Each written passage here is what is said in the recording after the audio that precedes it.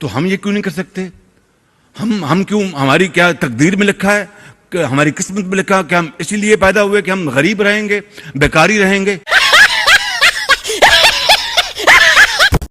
गजा से प्यास न बुझी तो अमरीका और इत्तेहादियों ने यमन के खिलाफ भी महाद दे दिया। अमरीकी सदर ने ऐलान कर दिया है तीसरी आलमी जंग का। अमरीका ने यमन पर हमला कर दिया है और ये बहुत बड़ा हमला है। तोबा तोबा तोबा तोबा। मुझे और क्या हम हथियार और राइफल उठाकर फलस्तीन की जानिब रवाना हो जाए? मुझे तो खौफ आता है कि हम पाकिस्तानियों पे जरा सी इस तरह की बमबारी हुई, गज़वा हिंद में भारत की तरफ से हमारे शहरों पे लड़ाई हुई, लोगों ने तो एक दूसरे को खाना शुरू कर देना है। बस हवा निकल गई। अगर कोई आपसे यह कहता है कि आए रजिस्टर करें अपने नाम और हम हजारों लाखों की तादाद में फलस्तीन जाएंगे लड़ने के लिए, वो आपको मरवा रहा है, बेवकूफ बना रहा है, उसकी बातों में मत आइएगा। पिछले दिनों सऊदी हुकूमत ने भारत से हिंदुओं, मुशरिकों, सिखों और गलीज तरीन नजस मुशरिकों को बुलाकर मस्जिद नबवी का दौरा करवाया। इन्ना लिल्लाहि व इन्ना इलैहि राजिऊन। जैद हामिद साहब वही है ना जो लाटोपी वाले। हाँ, गज़वा हिंद के बहुत बड़े वो हैं। बिल्कुल बिल्कुल एग्जैक्टली वही है। आज पूरे पाकिस्तान में लोग तकलीफ में हैं। इस सब को देखकर मुसलमानों के अंदर बड़ी तशवीश है। इससे पहले तो कभी नहीं देखा गया कि वहां पर मुशरिकीन दाखिल हो रहे हों, या इससे पहले की जो हुकूमत आई उन्होंने भी वहां पर दाखिला नहीं होने दिया मुशरिकीन का। लेकिन ये जो बोर्ड हटाए जा रहे हैं तो इसका मतलब लगे क्यों थे? जैद जमान हामिद साहब, आपको पता है पाकिस्तान के कितने बड़े वो डिफेंस हैं। कभी वो बंदूक पकड़ के वो भागते फिर रहे होते, निशाने बांधते हुए नजर आ रहे होते, सब कहते हैं तो फलस्तीन जाने की तैयारी कर रहे हैं।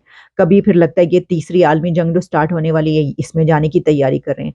लेकिन इस बार उनके हाथ में तो बंदूक नहीं है, लेकिन उन्हें अपनी जुबान से जो तोप चलाई है, ये सिर्फ इन जगहों का ही बाप नहीं, सऊदी अरेबिया थे ताड़ा भी बाप है। खुद भी सऊदी अरेबिया एक दफा गए थे और वहां पे अरेस्ट भी हुए थे, लेकिन फिर भी वो कहते हैं कि भाई ये क्यों जाना। हमें देखने को मिले सोशल मीडिया पे बड़ा एक बात हुई और बहुत सारे लोगों ने अप्रिशिएट किया सऊदी अरेबिया को, बल्कि आपने खुद मोहम्मद बिन सलमान साहब की बड़ी तारीफ की कि बड़ा उन्होंने अच्छा किया कि वो इस तरह की चीजें वो कर रहे हैं, जहन खोल रहे हैं, अपनी सोसाइटी को ओपन कर रहे हैं। लेकिन ज़ैद हामिद साहब कह रहे हैं कि इस तरह के लोगों को जाने की इजाजत क्यों दी गई है, सऊदी अरेबिया के किसी के बाप का नहीं है। तो सर ये क्या चक्कर है कि ज़ैद हामिद साहब को लोग सुनेंगे, एमबीएस साहब उनसे पूछ के किसी को आने की इजाजत देंगे या नहीं देंगे? जैद हामिद साहब वही है ना जो लाटोपी वाले। हाँ, गज़वा हिंद के बहुत बड़े वो हैं। बिल्कुल बिल्कुल एग्जैक्टली वही है। जैद हामिद साहब की पोजीशन भी यानी कि ये उनकी पोजीशन है। We need not spend time considering कि किसी एक बंदे की ये क्या ओपिनियन है। कई लोगों की ऐसी ओपिनियन हो सकती है और इनको तो शायद सऊदी अरेबिया में जब गए थे तो अरेस्ट भी हुए थे, तो वहां पे उन्होंने इन्हें टिकाई भी होगी, वो तो ऐसे ही करते हैं बिल्कुल ना। हुई थी। हाँ, हाँ। तो एग्जैक्टली। उनका उनका कोई पर्सनल भी हो सकता है इस मामले में, समझ गए आप? जी। तो बट लेट्स उन पे टाइम ज़ाया करने की कोई ज़रूरत नहीं है। वो ग़ज़वा हिंद करवाते रहते हैं और पाकिस्तान में लोगों के पास खाने को नहीं है। तो ये तो उनकी लेवल है सोच की। तो but like any other public figure he has a right to express his views and we should. ठीक है, ये उनका पॉइंट ऑफ व्यू है। एक तरफ तो वो डेलीगेशन के साथ गई और वहां पे उन्होंने विजिट किया, उनको बहुत अच्छे से वेलकम किया गया, सब कुछ हुआ। लेकिन ये भी कहा गया कि जी कमाल की बात है कि सब हो रहा है, लेकिन पाकिस्तान की तरफ से कोई ऑब्जेक्शन नहीं आया। और कुछ लोगों ने कहा जी सेनेटर मुश्ताक और इसके अलावा जमात इस्लामी वालों ने थोड़ी सी हल्की फुल्की चूचा की, लेकिन हमें जिनका इंतजार था, हमारे जो कहना चाहिए पाकिस्तान के हीरो हैं, हमें इंतजार था कि आखिर वो कब बोलेंगे, और आखिरकार वो बोल पड़े। यानी कि कौन? जी हाँ, आप सबके फेवरेट और हमारे भी फेवरेट लाल टोपी वाले, जी हाँ, जैद हामिद साहब। जैद हामिद साहब ने आखिरकार अपनी चुप्पी तोड़ दी और वो बोल पड़े। जैद हामिद साहब की तरफ से इसी तरह की स्टेटमेंट आनी थी। हमने किसी अच्छी बात की उम्मीद उनसे वैसे भी नहीं रखते। अच्छा सर, बिल्कुल सही है, आपकी बात दुरुस्त है, आपसे मैं एग्री करता हूँ। लेकिन मुझे इस बात की समझ नहीं आती कि इंडिया एक कंट्री है, सऊदी अरेबिया एक कंट्री है, दोनों के आपस में ताल्लुकात हैं।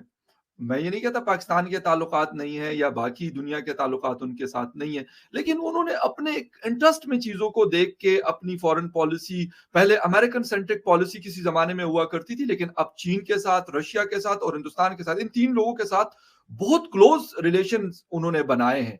वो जो आप कह रहे हैं कि वो 21st सेंचुरी के साथ चलना चाहते हैं, अपनी सोसाइटी को ओपन करना चाहते हैं, तो लोग फिर मतलब इस तरह की रिलीजन को घसीट के क्यों लेके आ रहे हैं कि वो, मुझे ये क्योंकि हमारी स्टेट की कोई एग्जिस्टेंस नहीं है बुनियादी तौर पे स्वाय एक मजहबी वो 2 नेशन थ्योरी।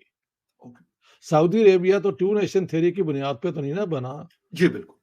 और इनसे पूछो कि चीन के साथ तुम्हारा कैसा रिश्ता बनता है पाकिस्तान का, उनकी तो ऑफिशियल आइडियोलॉजी एथिस्ट है। हाँ जी, वो तो खुदा को मानते ही नहीं है ना, चीनी जो है। जी बिल्कुल। उनकी तो ये आइडियोलॉजी है। तो उनके साथ अपना जैद हामिद और ये बाकी जो हैं, उनको कोई इतराज नहीं है। एक जमाने में सऊदी अरेबिया सोवियत यूनियन को रिकॉग्नाइज नहीं था करता, क्योंकि वो भी कम्युनिस्ट आइडियोलॉजी थी। वो सारा खत्म हो गया है। दुनिया इन आइडियोलॉजिकल फिक्सेशंस की बजाय अपने नेशनल इंटरेस्ट के एतबार से रिश्ते बना रहे हैं।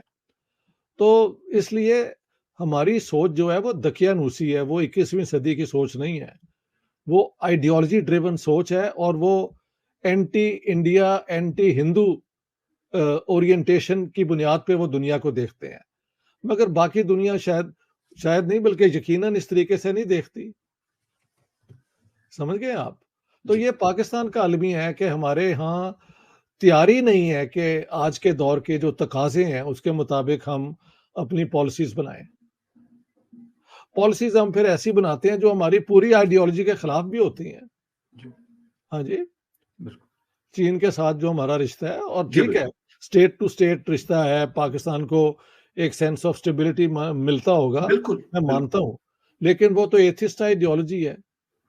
और जैद अहमद को पूछो, कोई खुदा का खौफ करो, हिंदुस्तान के अंदर 230 मिलियन मुसलमानों के लिए तुम्हारे ये जो इस किस्म के एंटी इंडिया, गज़वा हिंद किस्म के बयान है, वो किसी को नुकसान नहीं पहुंचाते। वहां के मुसलमानों को वो एक 5th कॉलम की शक्ल में ले आते हैं।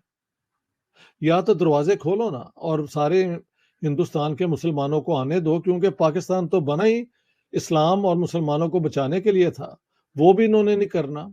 तो इनके पास कोई आर्ग्यूमेंट नहीं है जो कि एक क्या कहते हैं सस्टेन्ड रीजनिंग की बुनियाद पे हो। लेकिन मेरा सवाल सैयद साहब से ये है कि फाइन, ये जो आप कह रहे हैं कि क्या ये जो सऊदी अरेबिया है वो बाप लगता है इनका, तो इन तमाम जगहों का बाप कौन है? आप हैं। वो सिर्फ इन जगहों का ही बाप नहीं है सऊदी अरेबिया, सऊदी अरेबिया ਤੁਹਾਡਾ भी बाप है।